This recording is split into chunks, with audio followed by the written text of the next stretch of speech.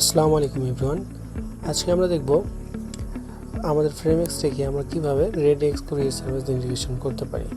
তো প্রথমে আমরা অ্যাড কুরিয়ার বাটনে ক্লিক করব, দেন রেডএক্স সিলেক্ট করব। সিলেক্ট করার পর এখানে আমাদের লাগবে এপিআই অ্যাক্সেস টোকেন, যেটা আমরা রেডএক্স থেকে পাবো, এবং পিকআপ স্টোর মানে আমাদের স্টোরের আইডিটা লাগবে, সেটাও আমরা রেডএক্স থেকে পাবো, এবং ওয়েবহুক টোকেন, এটা সম্ভবত রেডএক্স লাগে না। সো দেখা যাক। আমরা এখন রেডএক্সের ওয়েবসাইটে চলে যাব। আসার পরে লগ ইন হয়ে আছি আমি। আপনাদের যাদের অ্যাকাউন্ট নেই তারা সাইন আপ বাটনে গিয়ে আপনাদের অ্যাকাউন্টটা বানিয়ে নেবেন। আমি এখানে আমার নাম্বারটুকু দিচ্ছি, লগ ইন করছি। সো এখানে আমার ওটিপি ভেরিফিকেশন হবে। সো আমার ওটিপিটা আসার সাথে সাথে আমি এখানে ওটিপিটা বসে ভেরিফাই করে লগ ইন করে নিব। সো একটু ওয়েট করি। সো আমার কোডটা এসে গেছে, আমি ভেরিফাই করি। সো আমি আমার রেডএক্সের ড্যাশবোর্ডে চলে আসলাম। তো প্রথমে আমার যেটা লাগবে সেটা হলো অ্যাক্সেস টোকেন।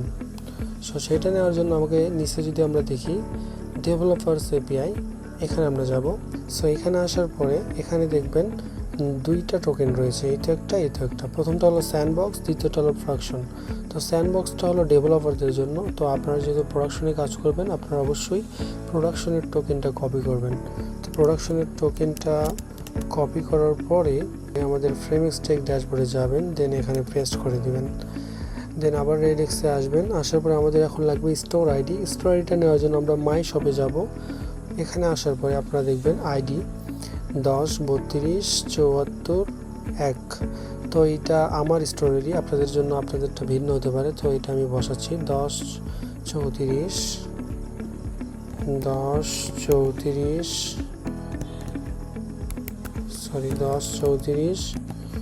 তারপরে গিয়েছিল 10-34-74-1, 741। সো বসাই দিলাম। সো ওই ওয়েবহুক টোকেনটা অপশনাল, ওটা লাগতেছে না। তো এখন আমি ওই ওয়েবহুক ইউআরএলটা কপি করব। কপি করার পরে আবার রেডএক্সে চলে যাব। আসার পরে ডেভেলপারস এপিআই ক্লিক করব। করার পরে ওয়েবহুকের যেই অপশনটা আছে এখানে কনফিগারেশনে ক্লিক করব। ক্লিক করার পর এখানে আমার আগে একটা ছিল। সো এখানে একটু নিয়মটা একটু আলাদা। এই জায়গাতে বসানোর জন্য টোকেনটা এখানে দিতে হয়, টোকেনটা এখানে লাগবে, কিন্তু টোকেনটা এখানে অন্যভাবে দিতে হয়। দেখুন ওখানে কোয়েরি আকারে টোকেনটা দিতে হয়।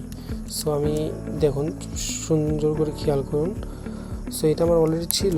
সো এটা আমি রিমুভ করে দিলাম। রিমুভ করার পরে এখানে দেখেন এদের প্লেস হোল্ডারে লেখা আছে, প্রথমে ইউআরএলটা পেস্ট করব, তারপর একটা প্রশ্নবোধক চিহ্ন দিয়ে টোকেন লিখে ইকুয়াল চিহ্ন দিয়ে দেন টোকেনটা আমাদেরকে দিতে হবে। সো আমি আমার ইউআরএলটা পেস্ট করলাম।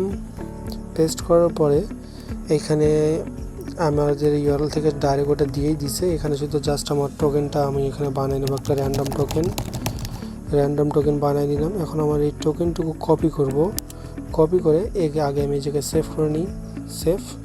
সো এবং সাকসেসফুলি সেভস। আমাদের ফ্রেমএক্স টেক ড্যাশবোর্ডে গিয়ে ওই কপি করা টোকেনটা এখানে বসায় দিব, দেন এখানে সেভ বাটনে ক্লিক করে দিব।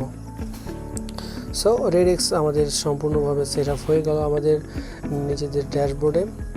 সো এইভাবে আমরা রেডএক্সের কুরিয়ার কনফিগারেশন আমাদের ফ্রেমএক্স থেকে ইন্টিগ্রেশন করতে পারবো।